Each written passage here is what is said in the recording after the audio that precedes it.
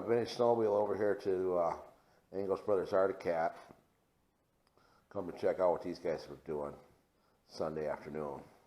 See if anybody's around. That's where they got some of their old sleds there. Old Panther. Another old Panther. Oh, wait, look at this. Wasn't that at Rinky Dink's? Apparently he couldn't get that to run, so they just got him over here to Angles Brothers so they could get it fixed for him. Friggin' Rinky Dink. Leave his shit alone if you can't monkey with it. And they got some LT Grays here.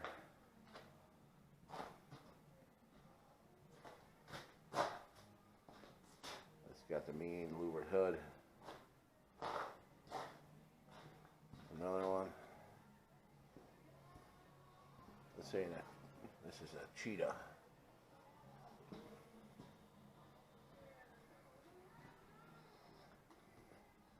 I think this is one of the ones that got the rotary engine. Oh yeah, check that out.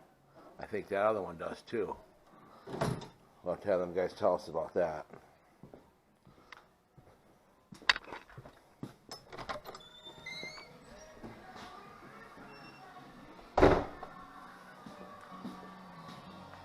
Oh yeah, look at this one here.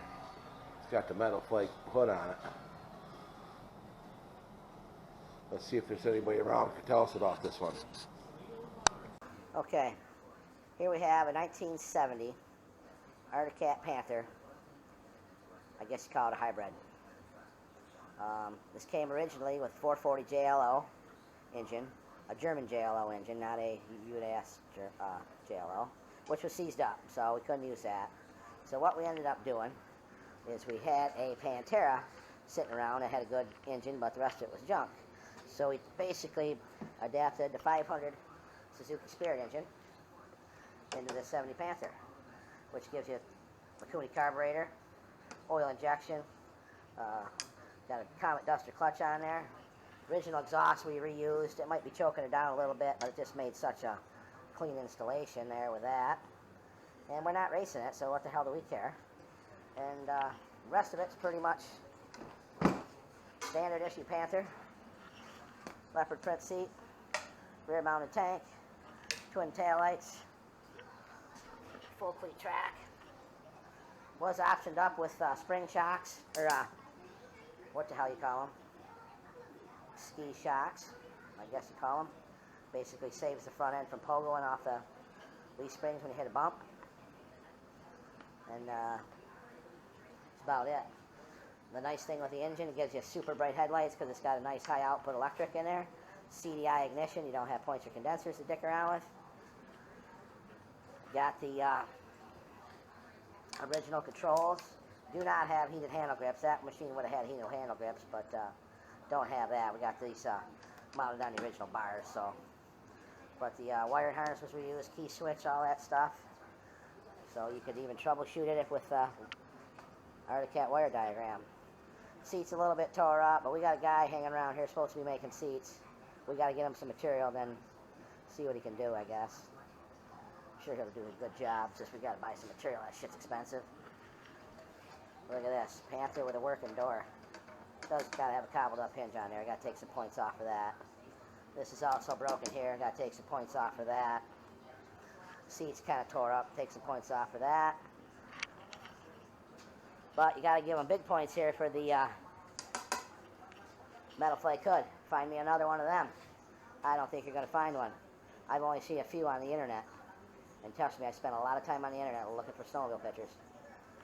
Story about this was my brother's wife. She works for, doesn't matter where she works, but she goes and sees a lot of different people. And she takes care of different things. And anyhow, she was at a person's property. And she saw this snowmobile sitting there along with some other ones. She tells my brother about this. My brother calls me up after dinner one night, and we have a three-way conversation about this metal flake snowmobile that she come across today. And thinking she's found a Scorpion or something like that. You did not find an Arctic Cat with a metal flake hood. But the more she talked and the more questions we asked, she told us it was, she described a Panther, you know. She described the square Panther lettering. She described the front Arctic cat stripped on the front. Still couldn't believe it, so we wanted to see where it was. But with her job, she can't, and it's nobody else's business what she does on her job, she can't let people know where she was. So she won't let us know where she was. But she was kind enough to tell the people if they ever want to get rid of it, she knows some guys that collect junk would probably come get it. So that was that. Begging, pleading, you weren't going to get the source of where the sled was at. It was secret. She'd take it to her grave. So go along, 1.5 years or so, get this call. A fellow by the name of Mike says, hey, you guys looking for old Arctic cats? We says, yeah. Ends up, it's the Metal Flake Panther dude. So we drop what we do and we scoot up there, check out what he's got. Got a couple Panthers, got some motor parts and some other nonsense. We load up a pickup truckload of stuff. We're ready to go. Bring it back. This is what we got. Of course, we've gone through this thing completely. Tore it down to a chassis. Redid the skid frame. Is what we needed there. Basically just bearings, maybe slide, high flex slides if it needs it. Motor, we basically took the motor apart, sealed the motor with a seal kit.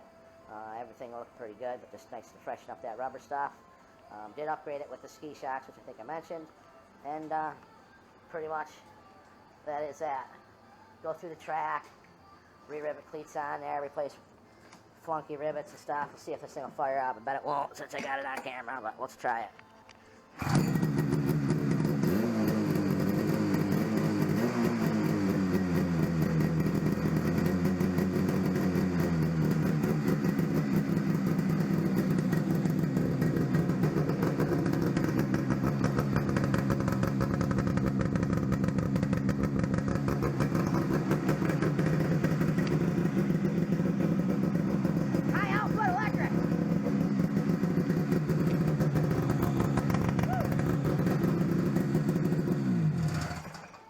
So, it's a tad much motor for this little snowmobile, but it works, and just don't horse on it too bad, you won't wreck much.